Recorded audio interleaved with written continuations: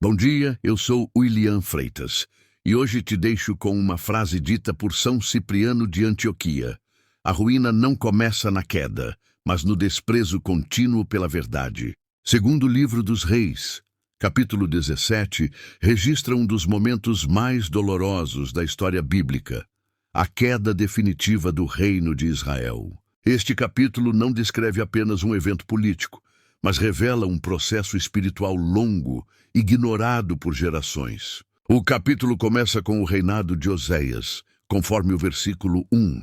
O texto afirma que ele fez o que era mal aos olhos do Senhor, embora não como os reis anteriores, conforme o versículo 2. Aqui vemos um padrão perigoso. Comparar-se com erros piores não gera obediência. Israel vive sob domínio da Assíria, conforme o versículo 3. A perda de autonomia já havia começado. A escravidão externa reflete a interna. Oséias conspira contra o rei da Assíria e busca apoio no Egito, conforme o versículo 4. A repetição do erro continua. Alianças humanas substituem confiança em Deus. A Assíria reage, prende Oséias e cerca Samaria, conforme os versículos 5 e 6. A queda não é repentina. Ela é o último ato de um processo ignorado. Israel é levado cativo, conforme o versículo 6. A terra prometida é abandonada. A consequência se torna definitiva. A partir do versículo 7, o texto faz algo poderoso. Explica o porquê da queda. Não foi força militar, foi infidelidade espiritual. O povo temeu outros deuses, conforme o versículo 7. Andou nos costumes das nações, conforme o versículo 8. Levantou altares e ídolos, conforme o versículo 9. Praticou feitiçaria e sacrifícios humanos, conforme o versículo 17. O afastamento foi completo. O texto afirma que o Senhor advertiu Israel por meio de profetas, conforme o versículo 13. A queda não veio sem aviso. Deus falou repetidamente. Mas o povo não deu ouvidos, conforme o versículo 14. A resistência à correção endureceu o coração. O orgulho fechou os ouvidos. Por isso, o Senhor rejeitou Israel, conforme o versículo 18. Essa frase pesa. Rejeição não é abandono repentino, é resposta final à recusa persistente. Os assírios povoam Samaria com outras nações, conforme o versículo 24. A mistura espiritual gera confusão religiosa. O culto se torna fragmentado. O texto descreve um povo que teme-o Senhor, mas serve outros deuses, conforme o versículo 33. Aqui está o retrato final, devoção dividida.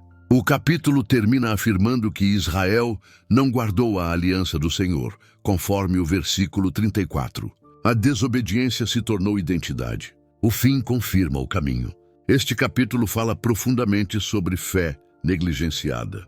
Fala sobre responsabilidade coletiva, pois gerações repetiram escolhas erradas. Fala sobre saúde espiritual, pois idolatria adoece a alma.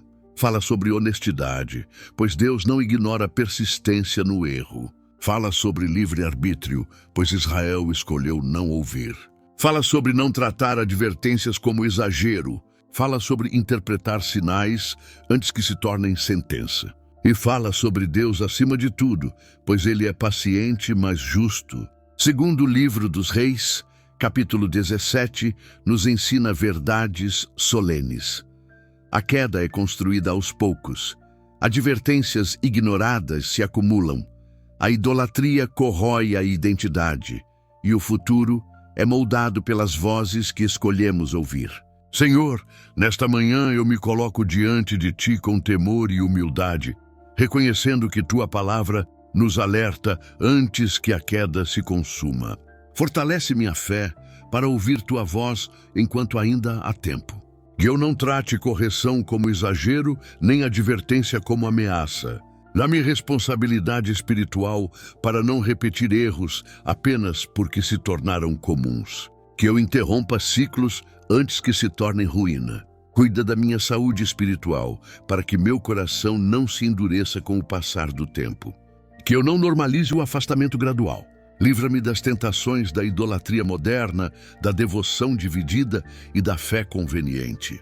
Que eu não sirva ao Senhor apenas em palavras. Dá-me honestidade para reconhecer quando estou resistindo à Tua verdade. E eu não precise aprender pela dor, o que poderia aprender pela obediência.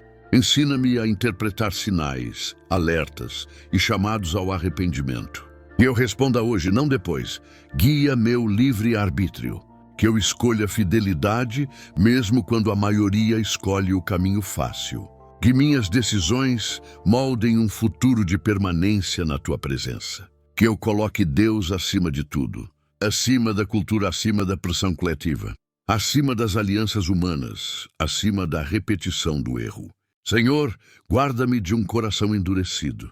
Que eu seja sensível à tua voz e pronto a corrigir rotas enquanto ainda há tempo. Que eu escolha ouvir antes que o silêncio chegue. Amém. Se você gostou, deixe um joinha. Comente e compartilhe. Obrigado, tenha um abençoado dia.